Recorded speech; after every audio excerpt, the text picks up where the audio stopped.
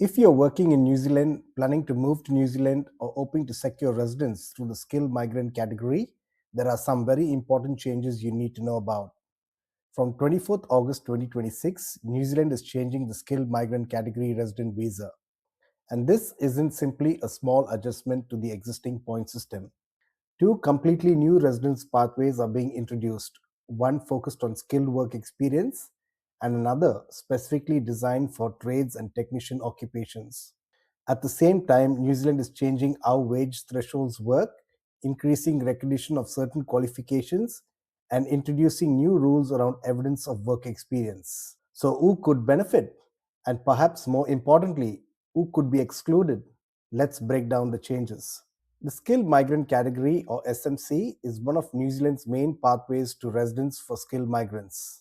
The reforms are part of the government's broader effort to attract and retain skilled workers and support New Zealand's long term economic growth.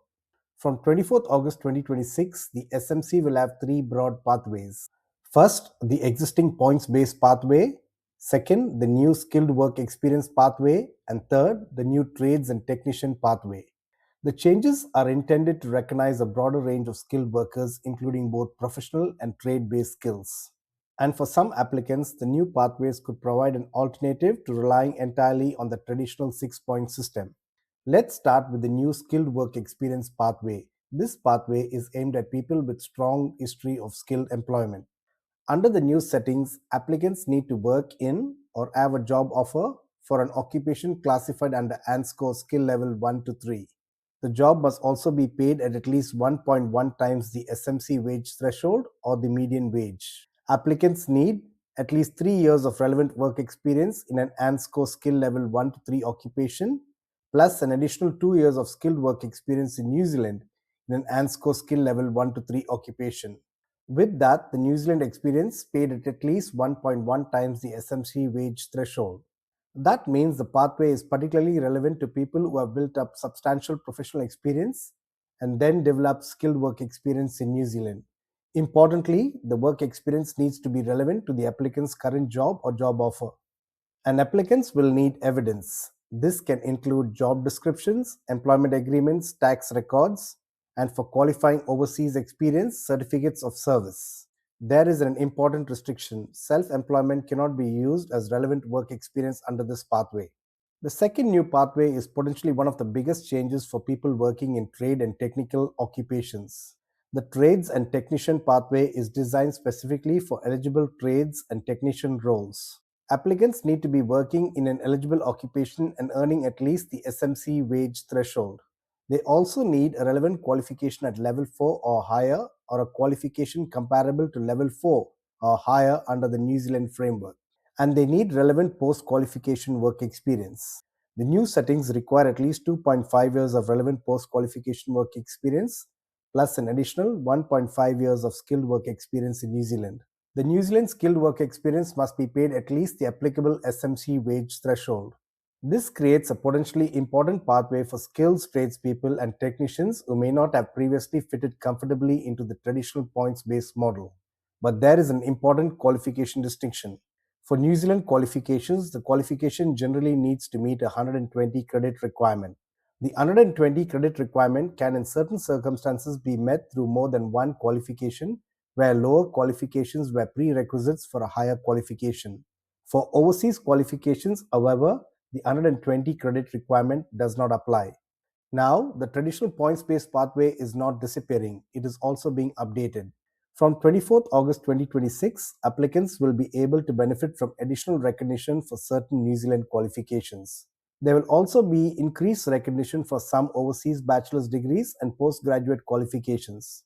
And importantly, some applicants may be able to reach the 6 points threshold with less New Zealand work experience. So, if you already have a qualification, occupational registration, or high income that gives you a pathway to points, it is important not to assume that the new pathways are automatically better.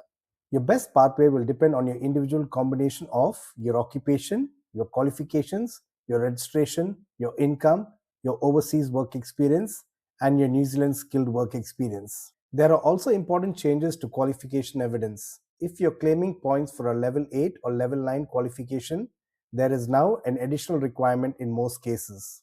You will generally need to hold a supporting bachelor's degree or an equivalent undergraduate qualification. You will need to provide evidence of both qualifications. For example, this can include the qualification certificate and academic transcript.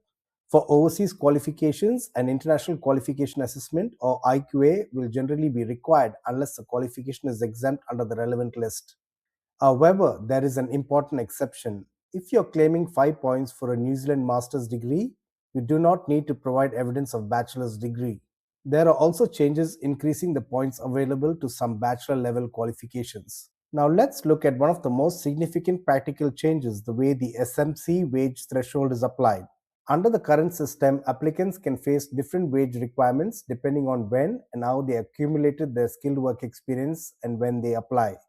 From 24th August 2026, the system becomes more predictable for many applicants. For most applicants who rely on skilled work experience, the relevant wage threshold will generally be the threshold that applied when they started gaining their skilled work experience. They will not generally have to meet a higher SMC wage threshold simply because the threshold increased before they were invited to apply for residence. This is important because New Zealand's median wage can change over time. The new approach is intended to provide greater certainty for people whose wages and the applicable threshold may otherwise have changed during their resident pathway. There is also a new 5-month grace period. If you begin your skilled work experience within 5 months of your work visa being granted, the wage threshold that applied when your visa was granted can be used, even if the threshold increased before you started work. Before we go ahead with the remaining content, if you're getting value and enjoying this video and want to stay updated on the latest opportunities and learn about the exciting options to retiring or migration, click the subscribe button and turn on notifications. YouTube will ensure you get notified when we publish the next insightful content. Now back to the video.